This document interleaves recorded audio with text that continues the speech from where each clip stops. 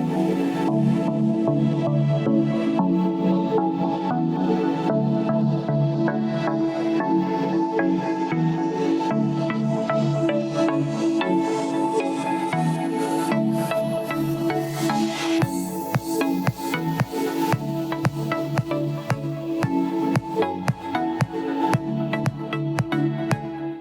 everyone, my name is Bo. I'm here today to talk about how Polymer is building Ethereum's interoperability hub. A little background on myself. I am a co-founder and technical lead at Polymer Labs, working on connecting all blockchains with IBC, but for now we're focusing on how to bring the technology to Ethereum and its rollups. So a little background. Layer 2s are currently the main character in the scaling story of Ethereum. The Layer 2 ecosystems have shown that they've been able to create independent application ecosystems of their own, in addition to perhaps some of the Layer 1 applications migrating over. This migration has changed the landscape in terms of transaction activity with L2s respective to the different with respect to the ETH L1.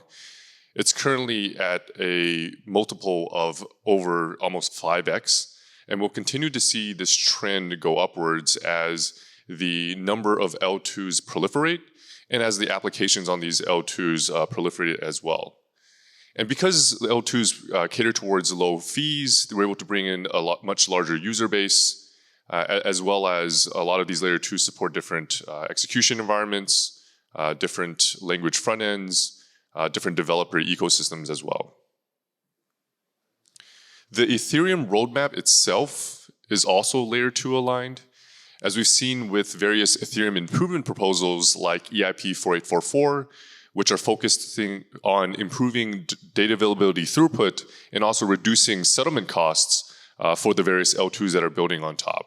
So for example, with dank sharding, we see Ethereum's data availability throughput increase to roughly 1.3 megabytes per second, which can net us over 100,000 TPS in totality. And with EigenDA, we're going to see the data availability throughput multiply upwards of 10 megabytes per second, greatly increasing the overall throughput of the Ethereum network. However, Ethereum's scaling story is not complete. So when you have this proliferation of these Layer 2s, we also get increased fragmentation. We get isolated substate across all these different, essentially islands of substate across all these different rollups that need to be connected. And they need to be composable. We need to be able to develop across them. Now, what's missing from this scaling story? Well, we can see that Ethereum is currently missing a common interoperability story, which causes various issues. We see issues like weak cross-domain application composability, inconsistent feature sets across these different solutions, and also the vendor lock-in problem that we touched upon earlier. So what makes a good interop story? Well, with the help of Professor Utonium, we can see that if you take a little bit of an open standard and you mix it with a little zero value capture and a dash of no vendor lock-in, we can formulate the base ingredients for perfectly good interoperability story. But that's not enough. We have additional features, like we have features like modular security, which allows, as Aditya talked about earlier, which allows users to write and deploy different types of clients that support different security models. We have a scalable network topology. Some of the work that Polymer has done previously on multi-hop IBC channels allows for a much more sparse network for nodes across a sparse network to be connected directly or being able to chat directly without needing to be directly connected. We have various basic features like acknowledgements, timeouts, authentication, and more. And we also have various advanced features. And we're talking about features like relayer incentivization, application callbacks, which improve application composability, and so on. So when we get all of these ingredients together and we mix them up, we get IBC as the interoperability story for rollups. And Polymer is working on bringing this interop story to the rollup ecosystem on Ethereum. And we're trying to do so, first off, with Ethereum security. The how we'll talk about soon. We're working on building in a standard interoperability API across these rollups. We're bringing the basic feature set that we discussed earlier, which you'd be surprised if you look at some of these competing solutions that they don't have basic features like acknowledgements, timeouts, and so on implemented. Nor do they have the various advanced features that we talked about as well, such as the features that improve application composability, incentivization for relayers that allows for decentralized relay, and so on. And it's also interoperable with the rest of the IBC network broadly. And as I mentioned earlier, it also enables a mesh network topology with the usage of multi-hop IBC channels. And there's no vendor lock-in. And for Polymer, it means something a little bit different than in the canonical bridge case. It means that when you use Polymer to connect a rollup on Ethereum, that rollup has ownership over the channels that extend from it, meaning that if there is a direct connection, or maybe if the rollup wants to use a different middle hop, they can do so with a channel upgrade without needing to be locked into using Polymer long term. And it also can benefit from IBC network growth. And this is both in terms of the number of chains that are deployed to the network itself, and also the various application and middleware standards that are evolving. So how did we achieve Ethereum security? Well, we did so by combining the settlement functionality of the OP stack with the developer UX and native interoperability of the Cosmos SDK. Let's take a look at how we did that step by step. So the first step is to remove Comet BFT consensus. Now, the application blockchain interface, or the ABCI, separates consensus from application logic.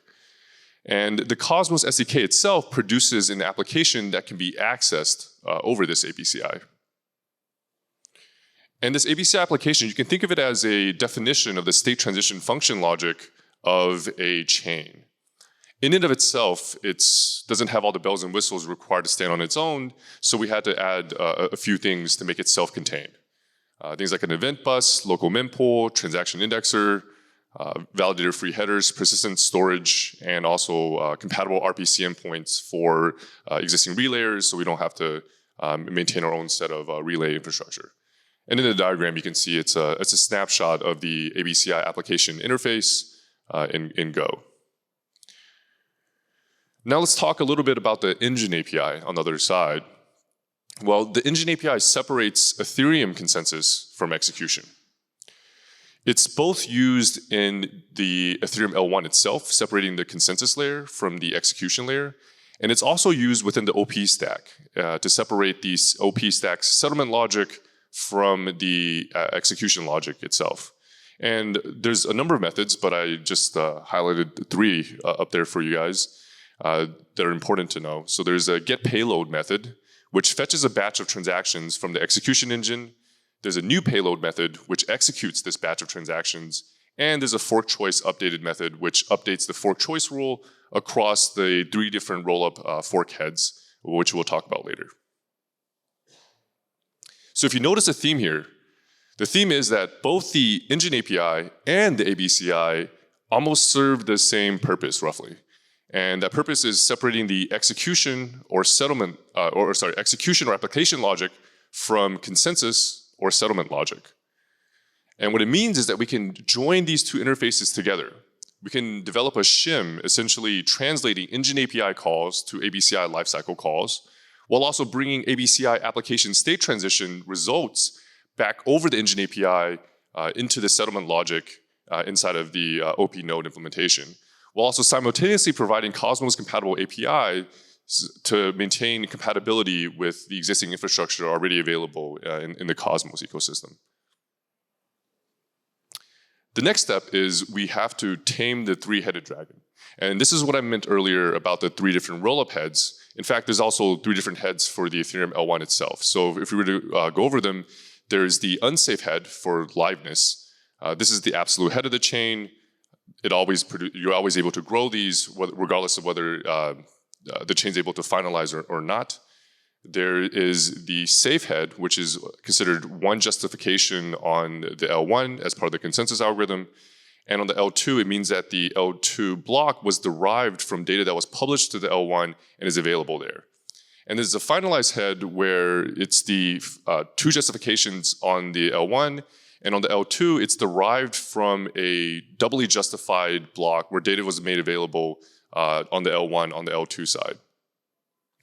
Now, we have to handle all three of these heads. It means that the Cosmos SDK application needs to be, one, aware of all of these forks, and two, it needs to be updatable. So when the fork choice update rule comes in, or update comes in, we have to be able to roll back certain changes, and we have to make the state of the, like I said, roll-up SDK application state compatible with the, or reflective of the L1 state. And in this sense, the L2 becomes, or the L2 Cosmos app becomes derived from the L1 chain itself. And for step 5, we have fault proofs. So just because something is running, we also need to know that it is running correctly. And we do this by leveraging the existing fault proving infrastructure that's part of the OP stack itself. They have a fault proving system called Canon. They're working on extending it into a modular fault proving framework that supports different instruction set architectures for their fault proving or interactive verification game that they play on chain. They also are working on support for various ZK proving schemes as well, such as RISC-0 and so on. This means that we can cross-compile our ABCI app, which is in Go, into either the MIPS or RISC-V instruction set and play this interactive verification game on chain. There is an existing implementation of the MIPS VM that's available in a Solidity smart contract, and a RISC-V based one is being worked on as well. And finally, we get Ethereum's first interoperability hub. So Polymer is able to inherit its security from Ethereum, post data availability to EigenDA, and also establish IBC connections both with Ethereum rollups, and also be natively interoperable with the broader IBC network as well. So Polymer forms the first interoperability hub with native IBC interoperability and Ethereum security. But that's not the whole story. So a Polymer is formed of many monomers combined together. We're also working on what we're calling the Monomer SDK. It's a network of natively interoperable rollups fusing the OP and Cosmos stacks, the same fuse stack that we're using to build Polymer itself. It combines the best developer UX with the most flexible settlement framework. Monomer chains are natively interoperable both with each other and with the broader IBC network as a whole. And also, most importantly, Monomer provides a migration path for for sovereign app chains to become application chain rollups, and also for application rollups to become sovereign app chains themselves. So Polymer, Monomer, and IBC complete the scaling story of Ethereum. We have a tested sign-up link here, and if you guys have any questions, I'll stay on for a little bit to field them. I guess if Peter is around. Sorry, yeah, thank you for the presentation. Just wanted to know, for running this whole system, what would be the cost? What would be the incentives needed for the people maintaining the system to continue maintaining it? And like, how's the overall economic system working on the long term? Yeah, so I think the tokenomics or economics of the system make a lot more sense. If you think about like different approaches where you have to take an independent validator network, maybe at like 100 to 150 validators, you're incentivizing that network, you're paying a security budget to that network, you're getting like X amount of security, you're inflating your token. If you're using light clients, it's going to be a little bit cheaper, you don't have to run full nodes. If you're not using light clients, perhaps like an Axel or Wormhole approach, you have to run like a Guardian network, you have to run the full nodes of the connected chains. That becomes quite expensive. Since this is a rollup, the costs are mainly the settlement costs. The cost of infrastructure relative to the settlement cost is, I would say, like a much smaller percentage of that. And additionally, it runs native light client, so it's I guess like native compatibility. You don't have to run full nodes for different connected chains. So for most Cosmos chains, they can be just connected directly. And most of the client work that we're doing internally is using Ethereum for verification. So we're not running a ton of extra expensive infrastructure for verification. And it's quite secure because you're using the Ethereum L1 for the verification layer. Yeah, thank you for a good presentation. So my question is a bit in extension of the previous question as well. So you said there were 3 ingredients that you were like trying to use for Polymer, and one of them being that you wouldn't do value capture, essentially. So if you have these infrastructure costs, how will you generate income to cover the cost, essentially, and keep the network running? Yes, so the slide on zero value capture was in reference to the IBC standard itself. So like my mental model for this is TCP/IP and IBC are specifications for how communication should work. The specification themselves has no inherent value capture. So if 2 chains implement IBC natively, they can talk directly to each other, especially like 2 Tendermint chains. I have like this, this relayer network that can post these updates and messages across them. A lot of these other approaches, they monetize on the endpoints themselves. So like it would be analogous to perhaps like Apple having, some, like if Apple Talk like went out and, you're an operating system, you import Apple's Apple Talk library, and for like all network traffic flowing over this library, Apple's monetizing on that. And we don't have that with IBC or TCP/IP. However, it doesn't mean you can't build a business around routing or connectivity. TCP/IP is like completely open source. Anyone can implement it, but you have companies like Cisco that profit off of like building this routing infrastructure between nodes.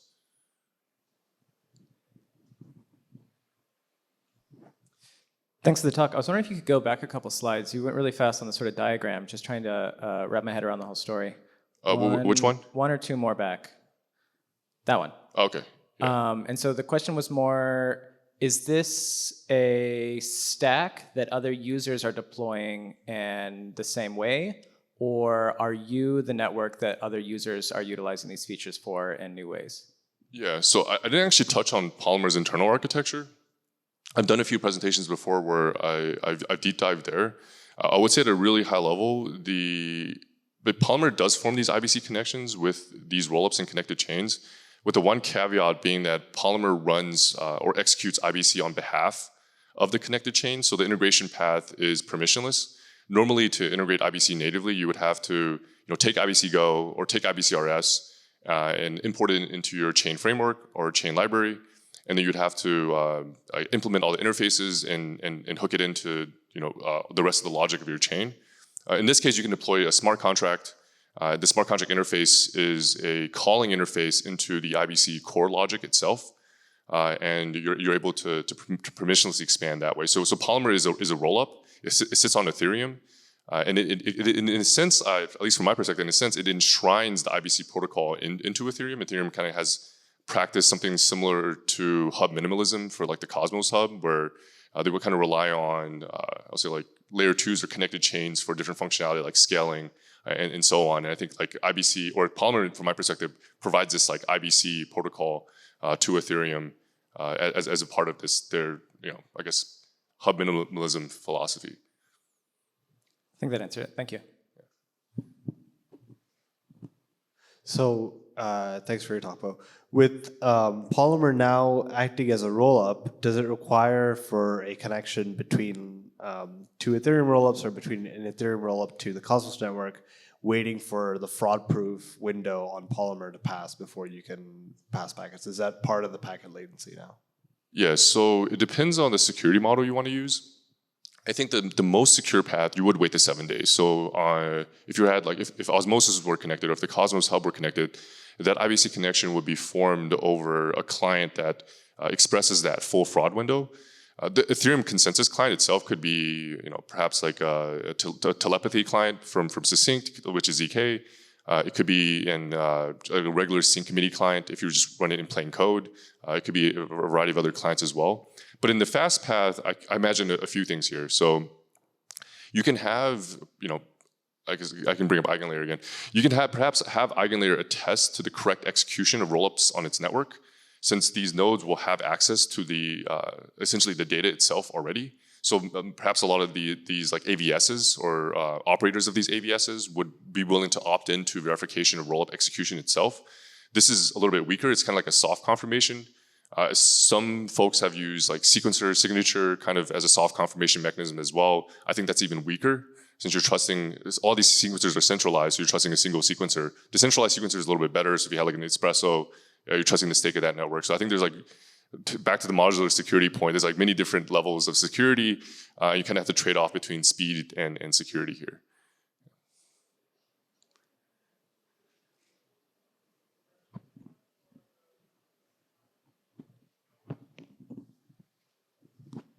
Thanks again for the talk. I have a question regarding Polymer and each of its connections. Is it responsible for executing all those state machines? So the nodes on the Polymer network are also executing the state machine of Polymer, but then also of that of Arbitrum, Optimism, and so forth. Okay, yeah, I could talk about the client implementation. So the default client implementation that we have now uses the sequencer's signature essentially indirectly.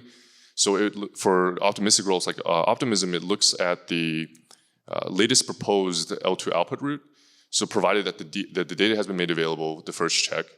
Second check that the sequencer has proposed a block, so you're dealing with kind of like the safe head of the L2. It does not execute the state transition of the connect. It could, but it doesn't currently. I've seen some designs where the rollup itself can have some sort of consensus, and that could do the execution.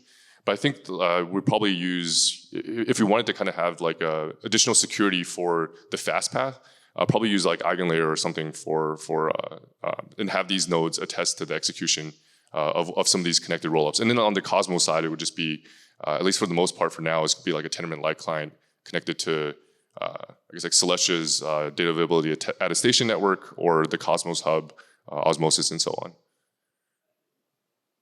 Yeah, trying to avoid running full nodes. Yeah.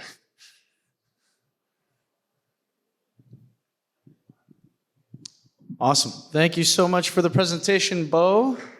Thanks, everyone. And thanks for the questions.